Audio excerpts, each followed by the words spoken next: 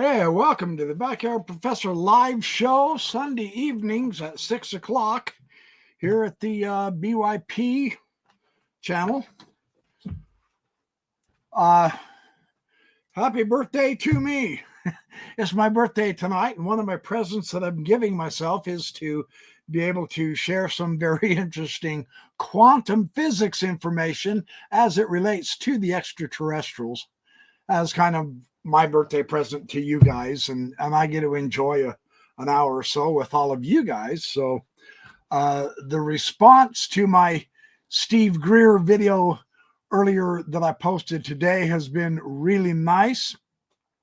It is important because I'm not advocating his point of view because I do a video about him any more than I am advocating anyone's point of view that I share their information with or of any of my guests. I always reserve the right to disagree, right? Because I am investigating this really weird, fascinating phenomenon. And in the process of investigation, I take the, well, for lack of a better way to describe it, the scientific attitude very seriously.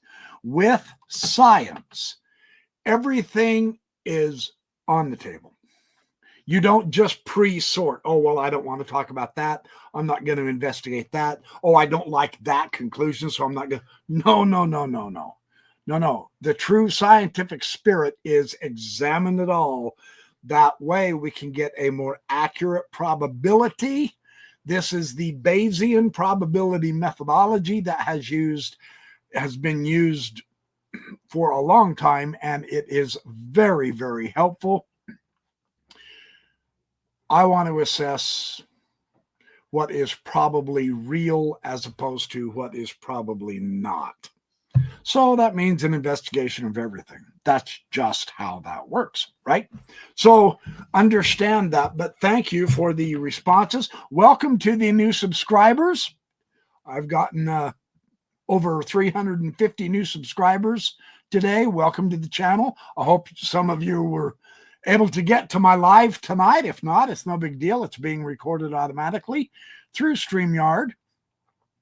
And we will carry on. Now, in order to introduce this incredibly fascinating topic, we're going to be talking about something in quantum physics that is called non-locality. Now, and I know, 25, 30 years ago, so many of us were just, you would say the very word quantum physics and you would freeze. You would hear the word said and you would freeze. You would say, oh, I don't know anything about it.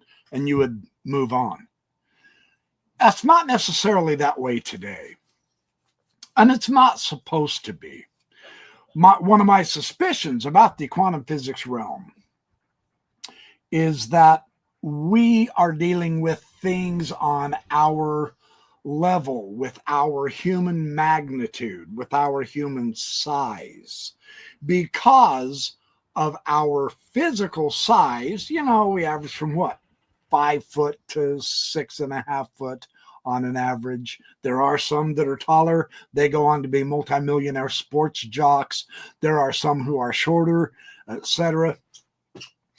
It is because of our physical size, as, say, in relation to a ladybug or a jungle frog or an amoeba, that we interpret the world the way we interpret it. Our eyes are built and designed with a certain size, with a certain capability, etc. Our brain sizes, etc. This definitely influences the way we see the world. What makes the quantum physics so bizarre is because it deals in such an ultra minute, tiny physically part of our reality, and we don't. And so we're really not, we don't confront the weirdness of the quantum physics in our day-to-day lives, it rarely even enters our minds. It does not affect us physically from stopping us from going to the grocery store and getting our week's worth of groceries and shopping and finding a cool shirt. There's my cool shirt. I can explain it to you, but I can't understand it for you. Yes, I got this at the local 5 and dime for like 99 cents or something like that. So part of the strangeness of the quantum is because it really doesn't affect us, and yet it absolutely does affect us because we are made of this stuff, the ultra small. And everything is made from the atoms that are the exact same kind of atoms in interstellar space, under our oceans. Criminy, it is our oceans, which cover 3/4 of our planet. The dirt, the rocks, our chessboards like that one back there, our books, everything, our computers, my microphone, my drink that I'm going to swallow liquid, and keep my voice box working, my voice box itself, etc., etc., etc. We're all made of the same stuff, the star stuff. Metals, the metal in this pen, that little piece of metal here in the middle of the ballpoint, etc.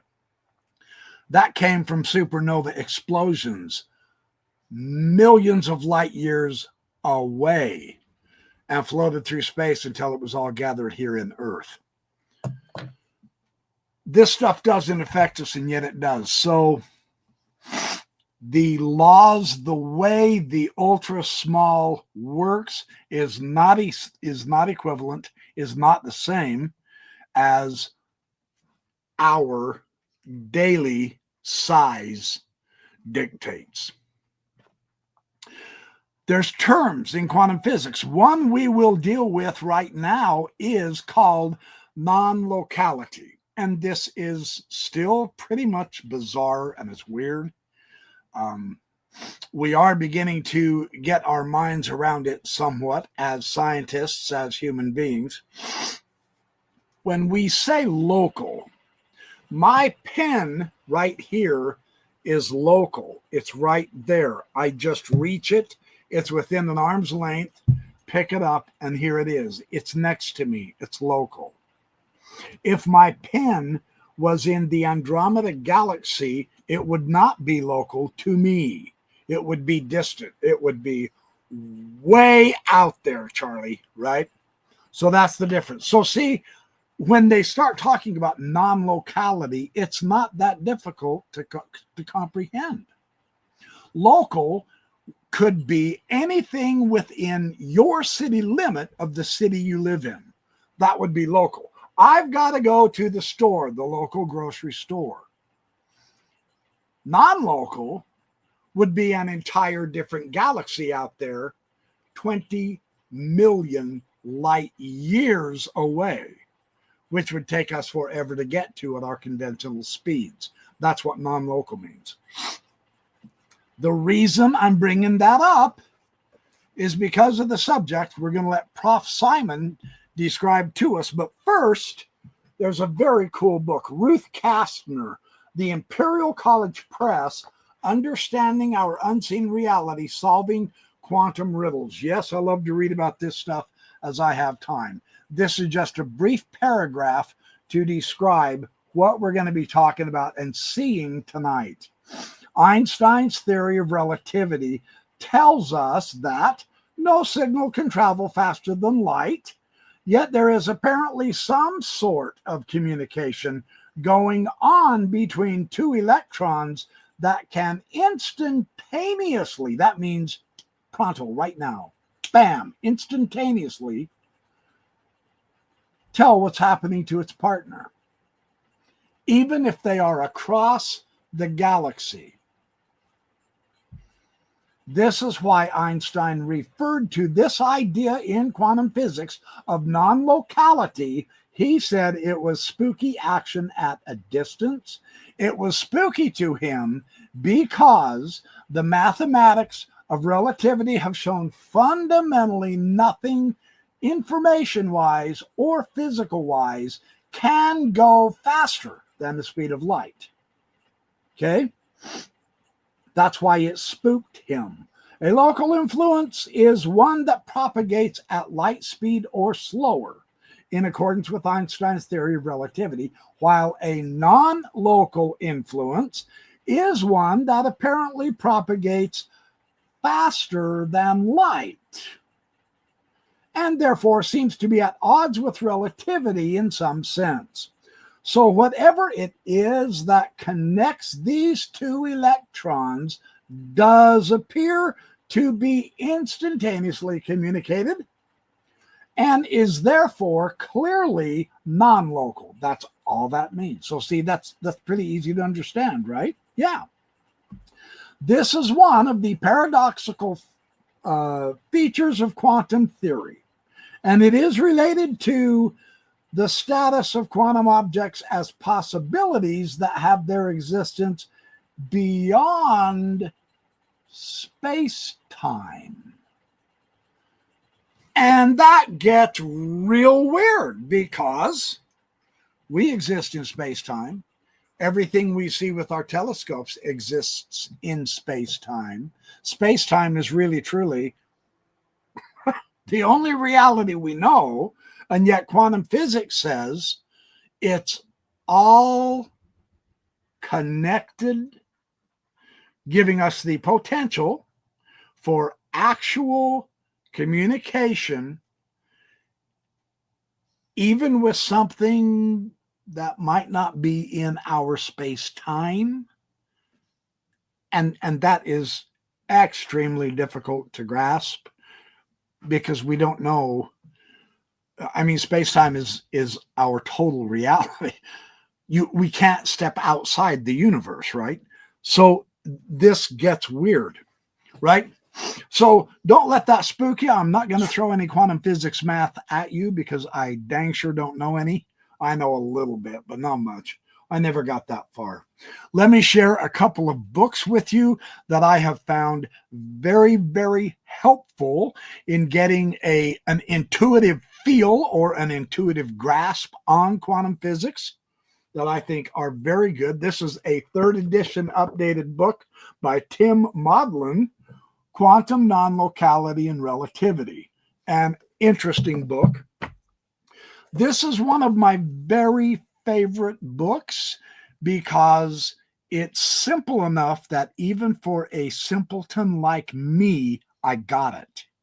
And yet it shares the historical implications and the philosophical implications and the scientific implications of what is real if quantum physics is real, and every single experiment ever done with quantum physics has passed muster. It's absolutely real. It works. It's never failed. And this one is by Irvin Laszlo, Science and the Akashic Field, an Integral Theory of Everything. Tremendously fabulous book. And it's short. It's only a couple of 100 pages. It's not even 200 pages. A wonderful read. Another text that I thought was deep, profound, exquisite, well worth reading by serious quantum physicists and scientists, Manus Kafatos and Robert Nadeau, is The Conscious Universe, Part and Whole in Modern Physical Theory. Absolute must read. It still blows my mind. And the second book that they read, I lost the book cover, but I have the title on the spine, The Non-Local Universe, The New Physics and Matters of the Mind. Tremendously fascinating, giving the entire contextual apparatus of Einstein's relativity with quantum physics and coming up with an astonishing new idea that is gaining traction. The emphasis is beginning to get onto consciousness. Remarkable. And that has everything to do with the study of these aliens and their UFOs. Believe it or not, really, truly.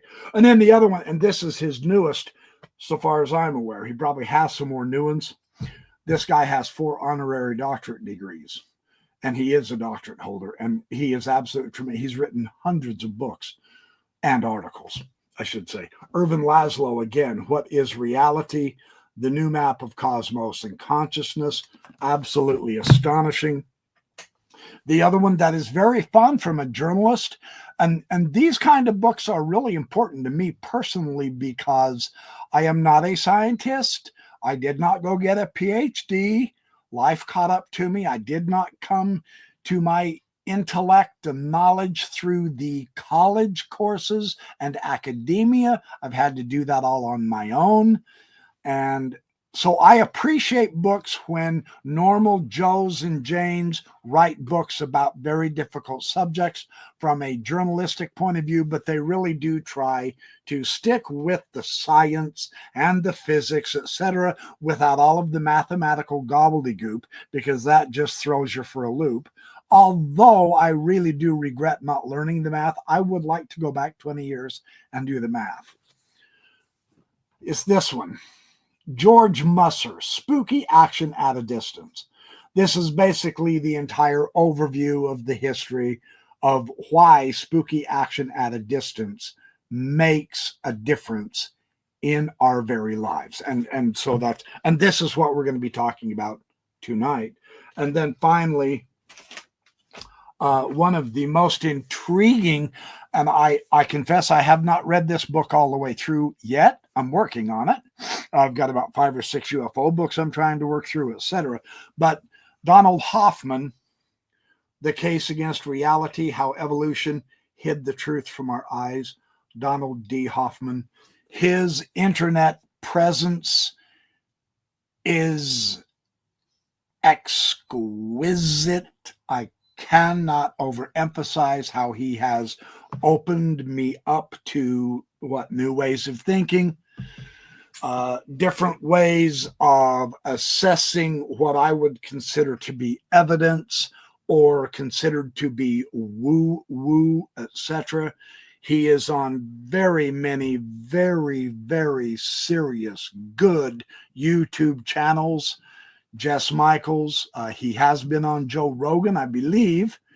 He has been on several prominent YouTube channels, and absolutely every one of those talks are worth its weight in gold. I would strongly recommend you, because crazy enough, I know, and this kind of is a segue, as it were. It's a segue into this topic because Hoffman is a neuroscientist who has turned to the subject of the ability to communicate with the ETs through consciousness. And another subject that comes into this to play is remote viewing. And I will confess here and now, I apologize if I offend anybody. I'll probably amuse you more than not because of my utter naivete and lack of professional training. But I am still having a difficult time wrapping my head around the reality of remote viewing. I suspect that there is something to it. Now, I'm speaking out of abject ignorance here. I have not tried it. I have not taken any courses yet. I've seen a couple of YouTube videos, etc. But really, I am able to,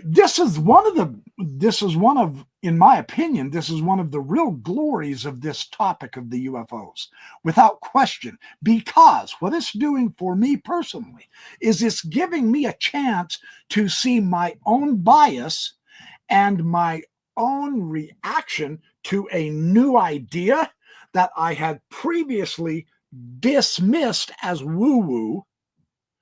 And now, and it's still blowing my mind, that woo-woo subject is front and center a real science being used in UFO research. And it's just blowing my mind. So, and I am trying to get over my, my naivete and my lack of intellectual training to be able to grasp that science has to change. We've gotten kind of stuck in a groove, as it were, and science has actually gotten so narrow and in a groove that it is now beginning to take things off the table before investigating them. And that's where I went wrong. I did the same thing in classical science, and now I'm paying for it, intellectually at least, because I am now discovering that, oops, I dismissed something that actually is very necessary in the study of the UFOs. 2 items that I'm wrestling with, I mean, 2 among many, right? There is so much to this topic, you guys.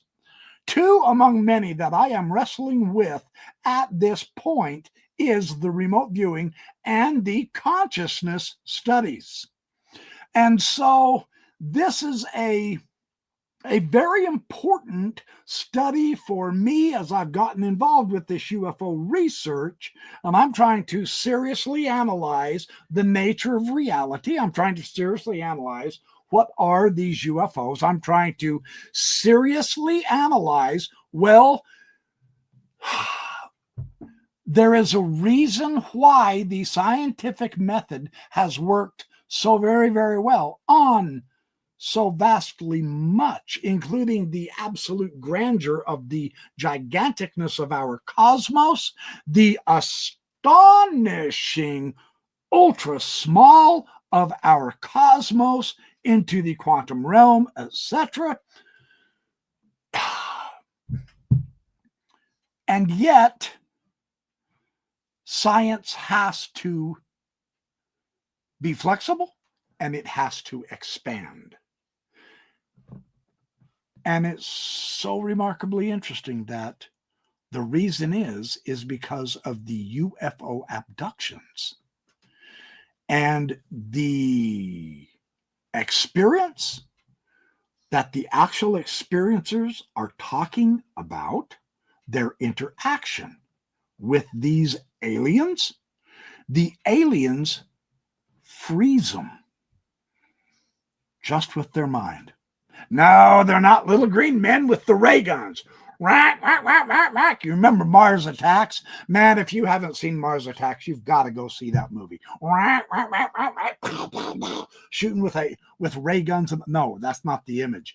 But the aliens do have a power over our bodies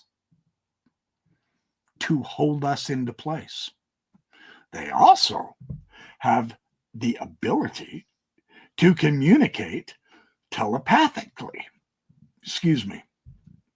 Communicate telepathically in our minds. Some people describe having a picture put in their mind. Other people describe hearing words, etc. But the aliens' mouths don't move.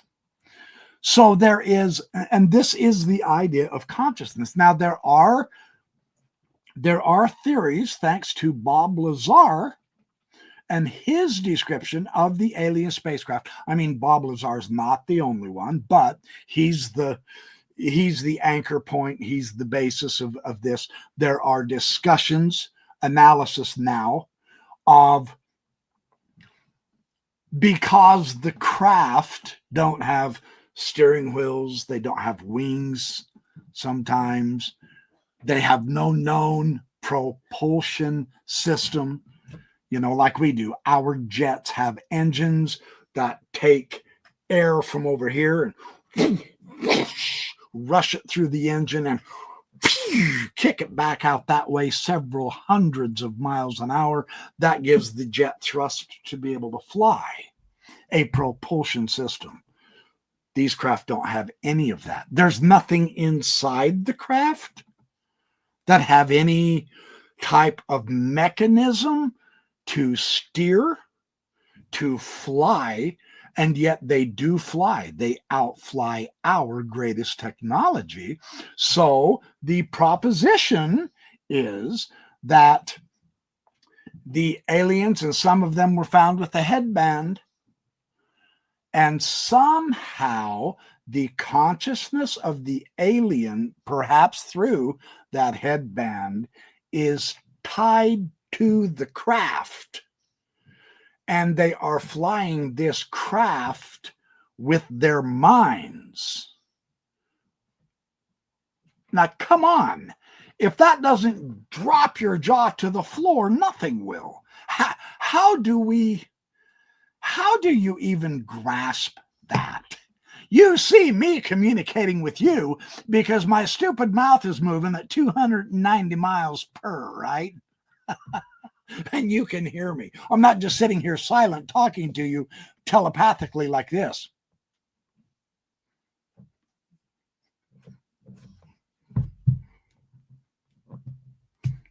No, you didn't hear a word I said, did you? I actually said something, though.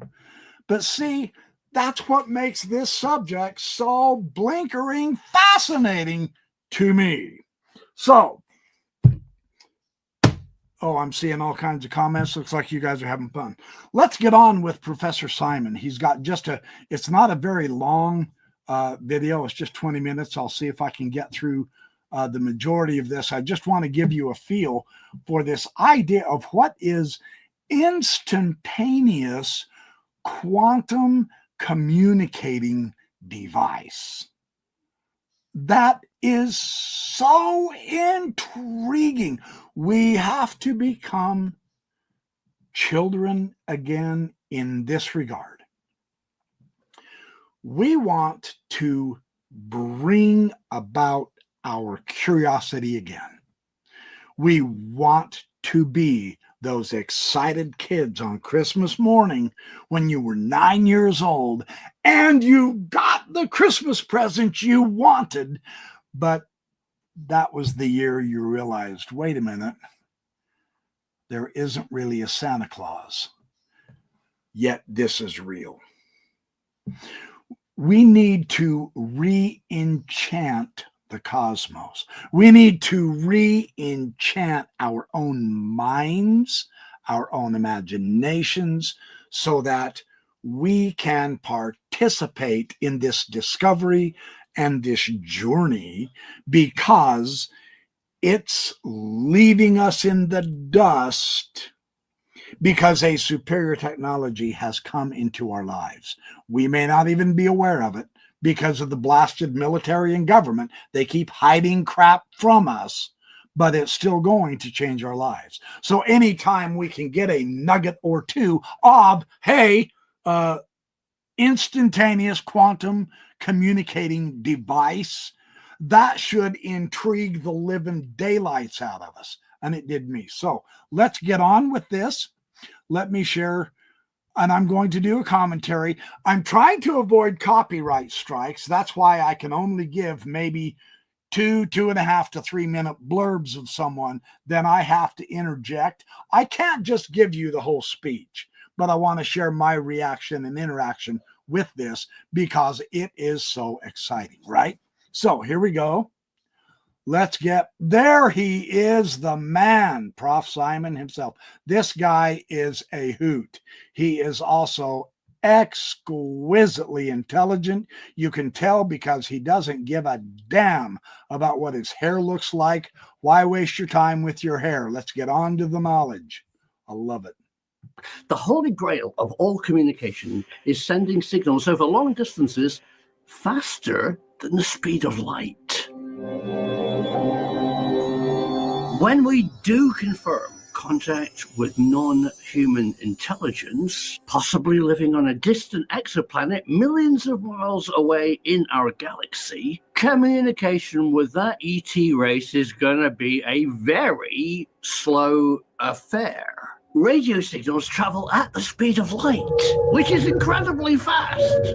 But over the vast distances out there in space, even our nearest neighbor, which is an exoplanet orbiting its own solar system, is over 4 light years away. When we make contact, that's going to be 4 years of asking, how are you doing out there? And then waiting 4 years for their reply. Better than you are, mate.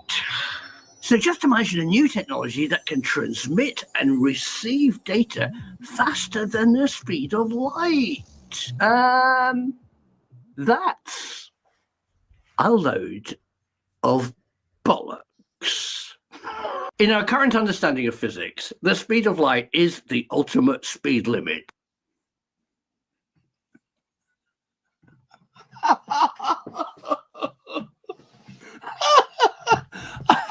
I'm going to take a page out of his book.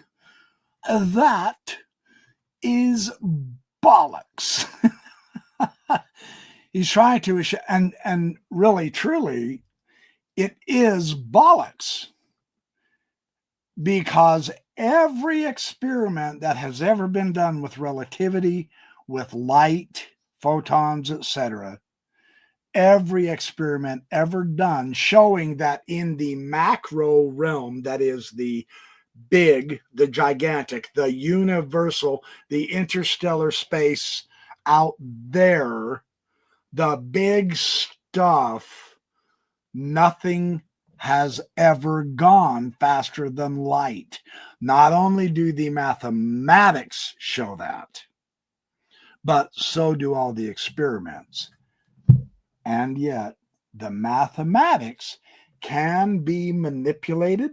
It's just a bunch of symbols, right? It's just stuff on paper, but it's very, very exquisite how mathematics, just a bunch of whole little different interesting symbols and squiggles, those actually translate into our physical world, and we can manipulate the world through what we're writing down in abstract form, squiggles on a piece of paper. That's a miracle. That is really a miracle. That is astonishing that works. The weird effectiveness of mathematics. Well, every experiment we have ever done shows Einstein was correct. Nothing goes faster than light. And then along came quantum physics. I'm just saying, this is so remarkable how science comes up to a threshold of truth and of reality, and this is law.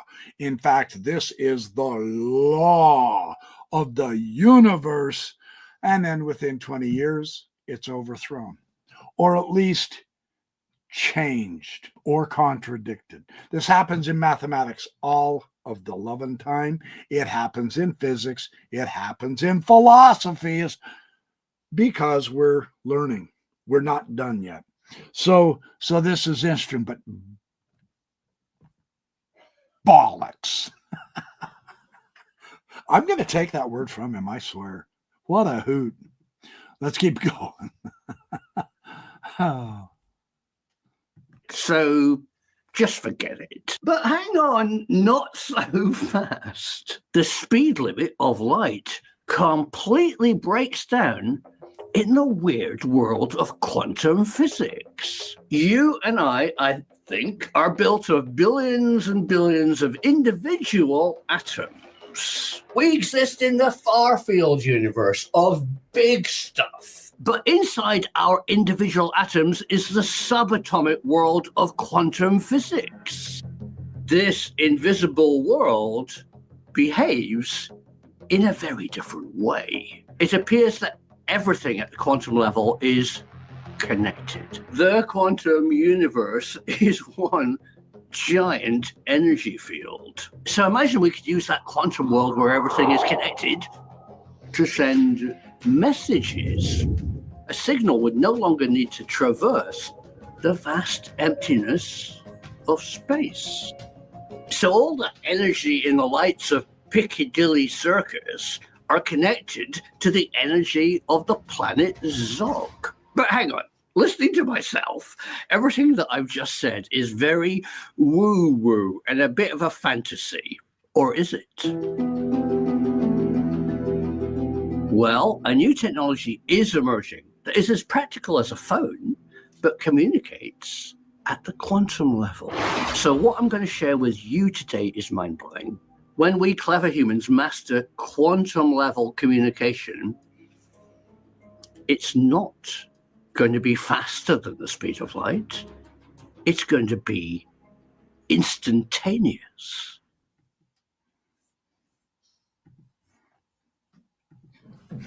So here is where part of the quirkiness and the weirdness come into play, because we don't grasp instantaneous. You want proof, just send a mail to your grandparents for Christmas, send them a letter and a Christmas card, and go through the United States Postal Service. There is no instantaneous communication to that at all. Half the time they're late. They deliver it after Christmas. It takes them weeks to get there. Well, that's not instantaneous. But even something very fast, if a race car is coming around at the Indy 500 to the finish line and he's whooping it up at 235 miles per, and he's zippity-doo-dahing on the stretch, and another guy is coming up to him and sneaking up on him, and they cross the finish line, there's nothing instantaneous about that. Yeah, it's a little bit faster than we can physically run, but it's nothing like instantaneous.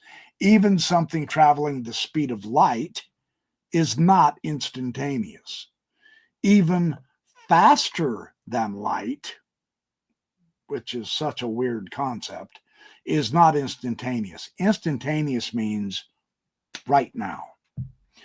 If something happens on Earth and there is a connection 39.5 million galaxies away with an average distance of 22 light years between them all, it is so vastly far, we literally cannot comprehend it.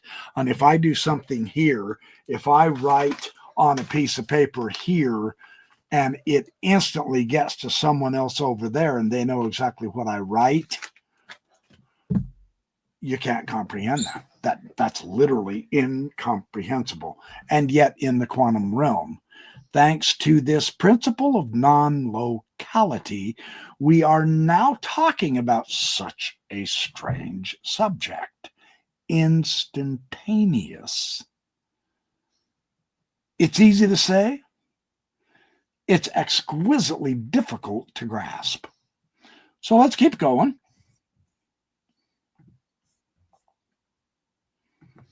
That's a pretty big claim from me. But that's the type of research that I do for you on this channel. Not just repeating boring old peer-reviewed documents from 2020, but researching emerging technologies that might just change our world.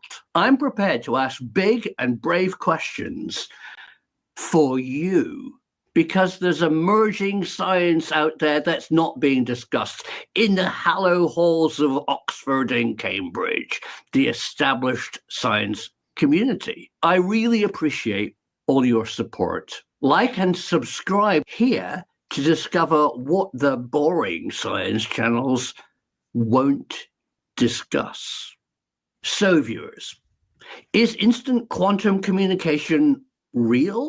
Well, that poses a very big question for me. To understand the quantum physics, you would need a very big blackboard with very big equations. So failing to have a really big blackboard and failing to understand the really big equations, I reached out to a radio telescope scientist to explain quantum communication for you. What I said to him is, don't bamboozle us with quantum physics equations. Please try and clearly describe what is going on using what I call steam engine visual analogies. So what I've done is taken the audio that he left on my phone and 100% accurately transcribed it into an AI voice that's just reading exactly what he said.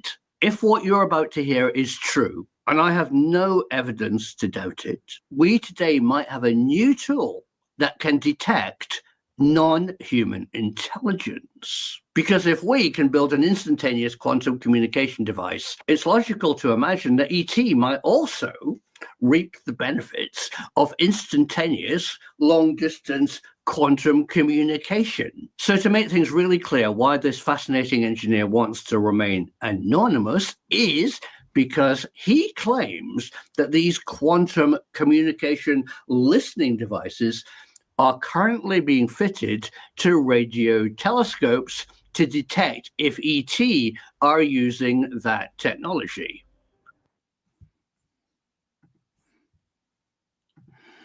So, did you catch the implications of that? I'm going to keep my eye on this, man. He is saying we have created instantaneous quantum communications devices now. Now, I've never heard of this before, you know, and I confess it's not like I'm keeping up with science, right? But I mean, something like this, of course, and he did do this 2 months ago. I say something like this would be on the YouTube, and here it is. I'm 2 months behind, so that's about par for the course for me. But really, truly, we have the device, apparently, and we're using it on the radio telescopes right now to see if we can communicate across the galaxies. Now, he's got other videos, several of them. There's a whole series of them. I have not watched them yet. He says we have received an ET signal. SETI has received a communication. Now, that's huge news. But did you hear it in the main media? Hell no. This is the topic of a lifetime. And the damn mainstream media will not touch it because they don't go out and get news. They simply read a script that's given to them, and someone else is controlling what information we get. This is why it's so vital that we remain free and capable and able of communicating through YouTube and some of the social media outlets, because our news is bought. And I get it. Yeah, great big conspiracy theory. It's bought. So this is fantastic to me. We have technology I never even fathomed we would have in my lifetime, and they're using it, and apparently it has worked. We really have communicated through SETI, the radio telescopes, with ET, if I'm reading the descriptions right. I have not watched the videos, so I might be overstating this case, but we also know anyway, based on thousands of testimonies now, that we are communicating with ET anyway, and it's not through interstellar space. They're here, and they can communicate telepathically with us. So this rabbit hole goes way down, man. This is fantastically astonishing, and nobody out there in news world gives a flying flip about it. It's pathetic, but we will try our best to bring you this type of stuff. This is good stuff. I love this. Let's keep going. That is still secret. I will try to explain Professor Nimitz's microwave tunnel effect, which, by the way, is not only restricted to microwaves, it can be performed in every single frequency of the electromagnetic spectrum. Even light. The tunnel effect is reproducible. Okay, Gunther started off with his first demonstration of his microwave tunnel effect using a closed waveguide experiment where he put a microwave signal which was modulated with a piece of classical music. It fired at a tunnel section which is basically an area in the waveguide which is filled or is not capable of supporting a microwave signal to be transferred through it. After this tunnel section, it came back again to a normal waveguide where the signal was detected and you could hear the same music piece, which was then transferred through this tunnel, which is theoretically otherwise impossible. Well, obviously, when he presented this, a lot of people complained, "Oh, Nimitz, you've cocked up here big time. This is easy to explain with parameter 22, which is letting this happen." So next thing, Nimitz said, "Okay, well, let's do a free field test." Okay, now I want to stop it here for just a second. Look at the title of this paper and the names. Macroscopic Violation of Special Relativity. Look, that's huge news if that's true. But it's by G. Nimitz and A. Stahlhofen, etc. Put that into a Google search, look this article up and read it. That's what I'm loving about what Simon is doing. He's giving us the paper trail. We can do our own research and investigation. That's what whets my appetite, right? I'm just pointing that out. Let's keep going here.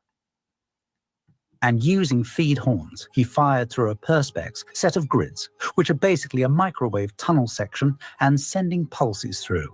You obviously have the pulse generator. You had the time delay to the modulator, which was then letting through or stopping the microwave signal from a free-running klystron.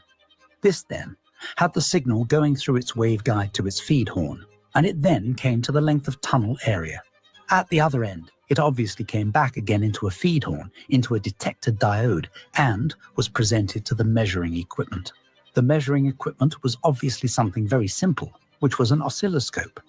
So basically what you've got is you've got a gate generator, which is opening and closing the gate, letting through the microwave signal, stopping it. You've got the lengths from the modulator to the tunnel area. That is a delay. It's calculated with the speed of light. And then you have the tunnel section itself. And then after the tunnel section, once again, you've got the feed horn to the detector diode, which is again a delay, which is the speed of light. And obviously you've got the cables which are taking the signal from the pulse generator to the modulator. That's also a delay, and it's measured with the speed of light together with the signal which is coming from the diode detector going to the oscilloscope. That's also a delay at the speed of light. So you calculate everything together, and you've got the time delay between transmission and reception. Well, you can now remove the tunnel section simply by lifting out the tunnel section, and suddenly the received signal comes later. So this means that putting the microwave tunnel section in the path of the beam. This means that you are taking away distance that otherwise should have been traveled. So simply by placing or removing the microwave tunnel area, you can see very, very quickly that the signal is being transferred in zero time. Well, Nimitz originally, with his original waveguide experiment, unfortunately used the terminology faster than light. This was obviously wrong, because what we're seeing a quantum effect from a particle in the whole zoo of quantum physics that looks basically like Newton's cradle. I'm going to stop it right there because that is really, really interesting. In that, in the quantum realm, in the tunnels, there might not be space as we comprehend it. If I'm understanding this right, I'm probably not. I get that. But I couldn't help but read a couple of comments here, and I'm going to comment about some comments in the comment sections. And thanks for having so much fun tonight, not calling each other names, but sharing information.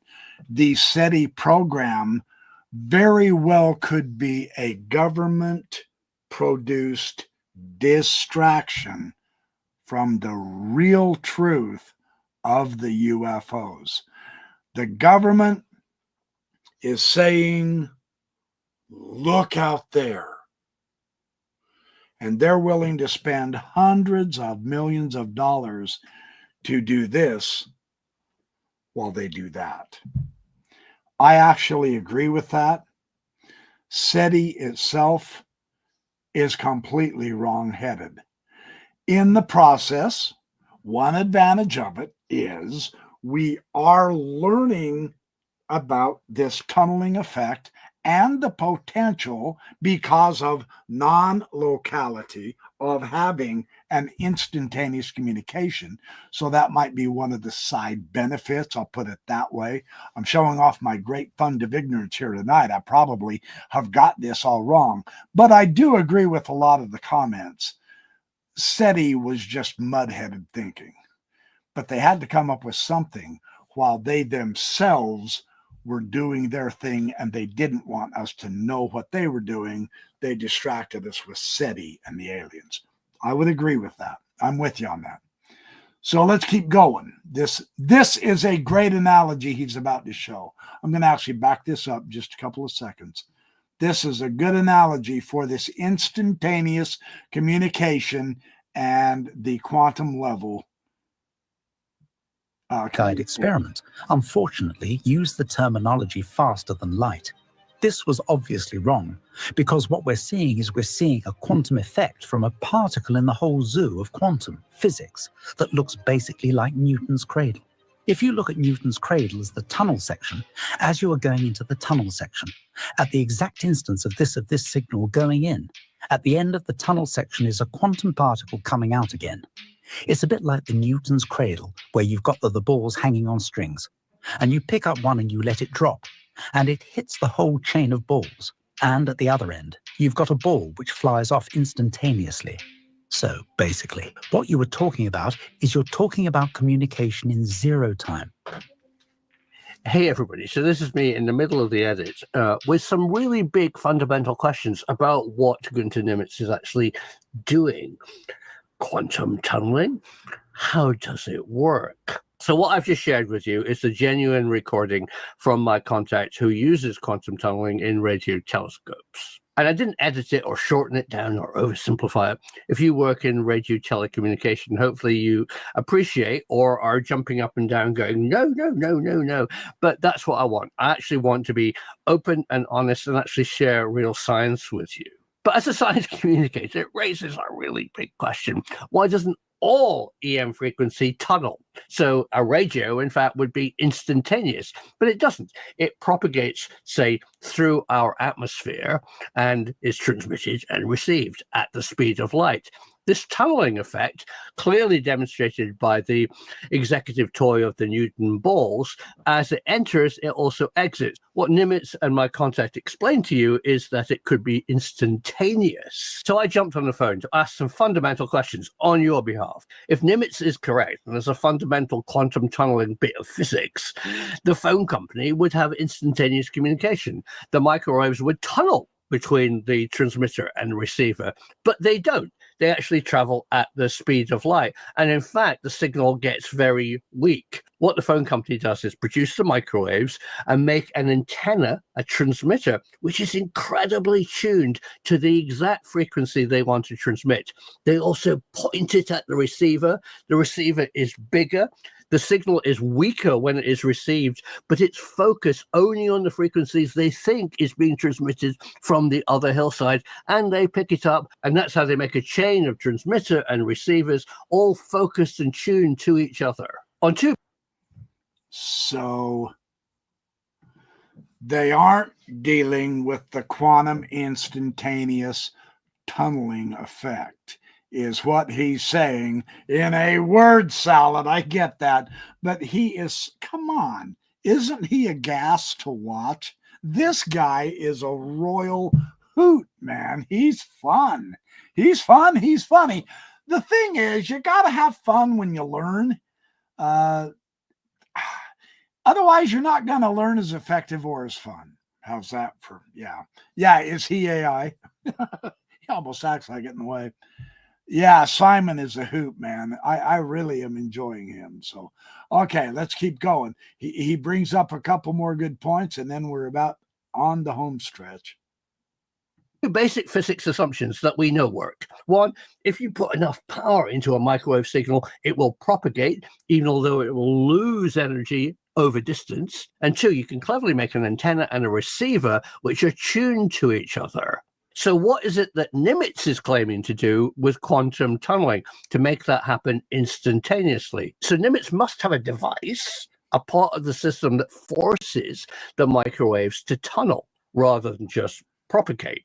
What is it, says I? To make things quantum tunnel, apparently what you do is block its transmission path to make it enter this tunnel. And the receiving dish is similar. So energy goes into the blocked one, it enters the tunnel, and instantly propagates out of the receiver, and then it's just picked up by some way of picking up a signal. And the amazing thing claimed that with quantum tunneling, the distance between the transmitter and the receiver can be infinite, and the signal goes in and exits at the same instant. So if you're a communication person, stop jumping up and down, just leave a comment, please, and keep it polite. So what happened next? Well, Nimitz demonstrated this technique to the radio telescope community in this series of lectures. And this is where it gets very, very interesting. I personally was at a demonstration where Nimitz and a couple of his PhD students who were doing their doctor thesis. Okay, here again,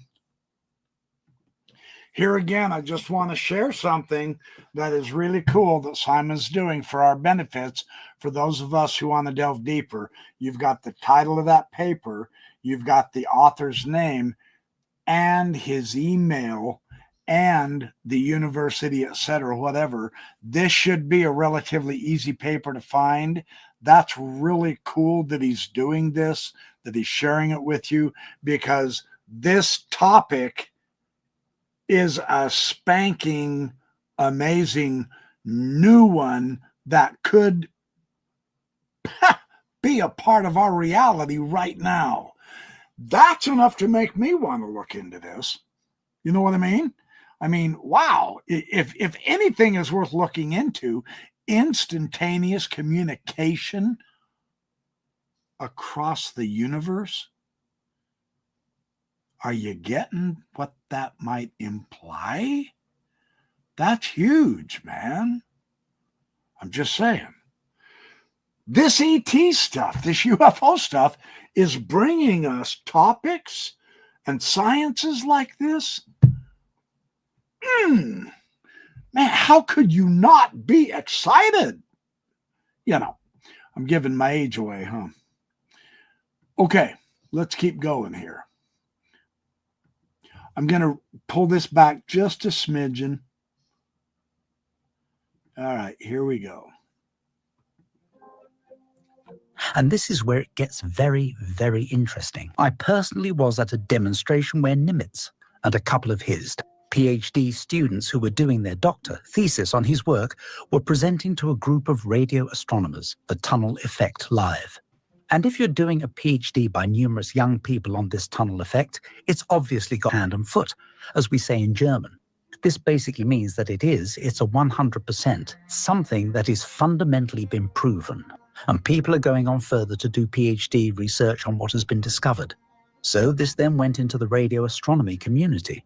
And you can obviously imagine this is something absolutely amazing. If you would have set up on the Earth the beginning of a tunnel, and we understand the physics, and we point our transmitter with the tunnel in the direction of an extraterrestrial civilization, and these guys up there also understand the quantum tunneling, then it means that the distance between the Earth and our transmitter and their receiver, you can communicate over light years in 0 time. This, you can say, you can best understand with the Newton cradle experiment, looking at how a quantum particle goes into the tunnel and how a quantum particle instantaneously comes out. So there is very basically explained for you all how this microwave tunneling or any kind of tunneling actually works. If it's in microwave, if it's in X-ray, if it's in lights, it doesn't matter. It is the quantum physics that are communicating over a very, very large distance in 0 time. So I hope I could help you on that one so you understand a little bit more about the microwave tunneling effect. For me and the other scientists who were gathered on this eventful day by this Radio Astronomy Congress held in Europe, it was an extremely eventful, life-changing experience. We all realized that basically with very, very simple off-the-shelf components that we could demonstrate in the lab basically to anybody. Okay, stop. Quantum tunneling is a real effect. Here's a Feynman diagram to prove it. Come on, you got to appreciate his humor on that one. Oh, of course it's a real effect. Look, here's a picture from Richard Feynman that proves it. Although, I mean, in all abject seriousness, Richard Feynman was the cream of the crop when it came to quantum physics for his day. Okay, so I have been seeing a few of your comments that this is too steep for our pay grade. No, I will confess it is. This is heavy slogging in some respects. The message from my point of view is simply this. You might not be grasping all the details. Just realize the overarching implication, which makes studying the UFOs this much more interesting. At least it does to me. I hope it will for you. We may very well be in possession of a tool right now that we can communicate with the universe physically. And I mean the universe from hundreds of millions of light years away. What happens if we could start communicating with the putative millions of different civilizations out there and learning from them through this potential breakthrough of quantum instantaneous communication? This is the entire concept that I'm trying to get across tonight. I get it. It's pretty technical scientifically and all that. That's okay. Listen, and Chat GPT can potentially help you to at least get your feet under you on this topic. I get it. It's AI and all that. But just try it. Ask Chat GPT some questions and see what it brings out to you. Because the cool thing about Chat GPT, I've got Chat GPT 4, 5 is supposed to come out soon. If you can specify to it really seriously what is an instantaneous quantum communication, what is that? And is it actual and real, etc.? And would you please explain it to me as if I'm in the 7th grade? And ChatGPT will give it to you as if you're in 7th grade. If you like the more intellectual aspects and discussion, tell it to you as if you are a senior in college, and include some math, and get ready for a whiz-bang trip, man. We can utilize our tools to get our feet under ourselves on this. So just a suggestion. Come on, this crap is fun, even though we don't understand it. This opens up a whole new dimension. Even if SETI was a smokescreen, we are still potentially getting some benefit here. Okay, let's keep going for just a little bit. So now you might be able to instantly hear and communicate with a very distant non-human intelligence. What do you say? How do you share stuff? The next question is actually far more difficult than the practical physics of building a quantum tunneling machine. And that is, how do you talk to them? So let's now talk about the method of communicating with an alien. So say we have set up a communications link between our civilization and another civilization, which is an awful long way away. Even if you can communicate in 0 time, that is not going to solve the problems. The first thing you have to do is you have to generate some kind of picture format so people can understand, oh, it is a picture. Do they up there in the other civilization even have eyes, or do they look at totally different wavelengths? There are many, many, many factors which are basically they've got to be overcome before we can communicate. Now look at the old facsimile pictures, which were basically black and white pictures on a drum, and the drum span, and it made signals, were converted into current. which burns silver nitrate paper on another drum at the other end. And the silver nitrate paper changed color, and it changed from being non-existent to different shades of gray. Well, you've now got a facsimile picture that you can transmit. So that is one of the most very basic forms of transmitting pictures. This has all got to be sought out. If we send a picture, they've got to be able to understand how to decode this picture at the other end, from their direction in our direction as well. This has to happen.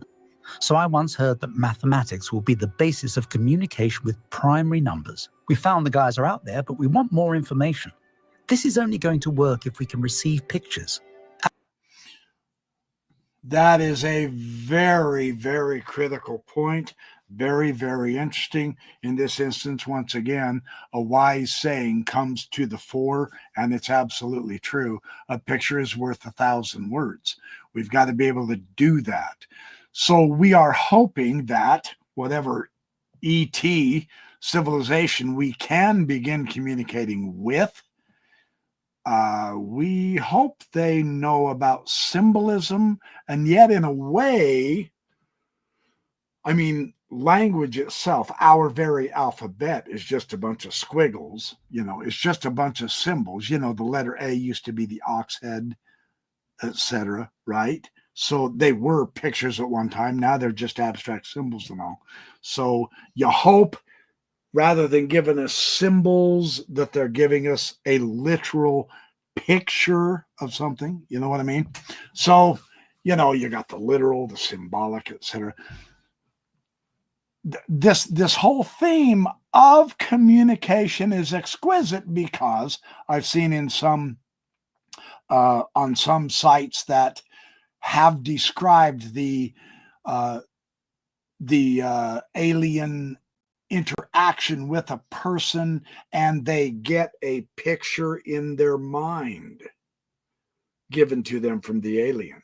That is remarkable. That this is basically what this is saying. On the other hand, they also hear words, and I've seen comments saying, oh, right, so now you're telling us ET comes all the way from interstellar space and they know English? All right, come on, that's a legit point. I get it. But on the other hand, see, again, it depends which theory we're going to accept, because what if ET has been on this planet for 100 million years already, and then we eventually showed up, and not as Neanderthals, but as Homo erectus. Now, my wife just recently watched a program, very interesting, on the Neanderthals. Their males were sterile. They've been doing some genetic studies, and that very well could have made or helped make the Neanderthals go extinct because of genetics. So, I mean, there's all kinds of fascinating new studies coming out, not only about our ancestry, but about our cosmos and about the history of our Earth, and now these ETs.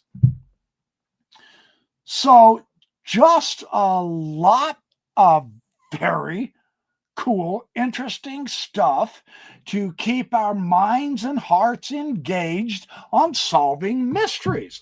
I mean, let's face it, this is really a mystery, and it's a Lulu. It comes, it packs a wallop. What a great topic to expand our minds on. We can study science and philosophy and mathematics and astronomy, the cosmos.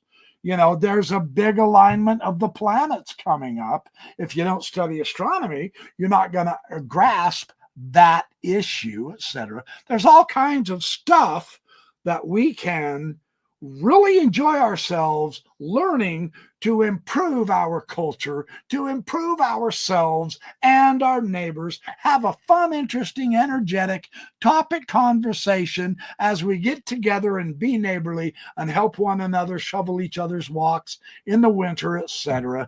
Yeah, I'd be one of those weird nut job neighbors where I philosophize with you while I'm shoveling snow. No wonder I'm doing it by myself. Oh, all right, you guys, I'm going to stop it there. That's good enough. They just basically begin elaborating more and more on the challenges of communication and language. I mean, social media has proved one thing on Earth. We have not mastered communication yet. And we've been around for over 100,000 years, right? We still have issues with communication with just one another.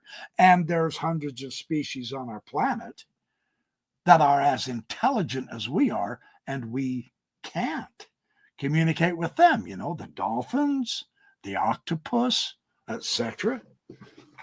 So, what a challenge. What a remarkable, fantastic adaptation and enlargement and improvement of our science, which has very practical concerns and meaning for us as people. Yeah, I mean, from that angle, can it get any better? What a perfect topic. See what I mean? So yeah, I like to stay optimistic. So, all right, you guys, listen, man, I love y'all. This is great. It's been a lot of fun. Go watch Simon. He is a hoot and a holler. I appreciate all your support. Please hit the like button and share this video with as many people as you know, because we want people to understand the UFOs from a truth basis. Sure, we're going to speculate. There's no question about that. I speculate too. I get that. You have to. That's going to be inevitable, especially when you get to the philosophy or the religious aspect of it or the history aspect of it, etc. But hit like, subscribe, hit your notification button. Thank you for all of your support and your love and your comments and your knowledge. I appreciate that as well. Appreciate you showing up tonight. I will be back every Sunday, 6 p.m., Backyard Professor Live. I will have a lot of updates during the week with videos, etc. I wish you all the very best.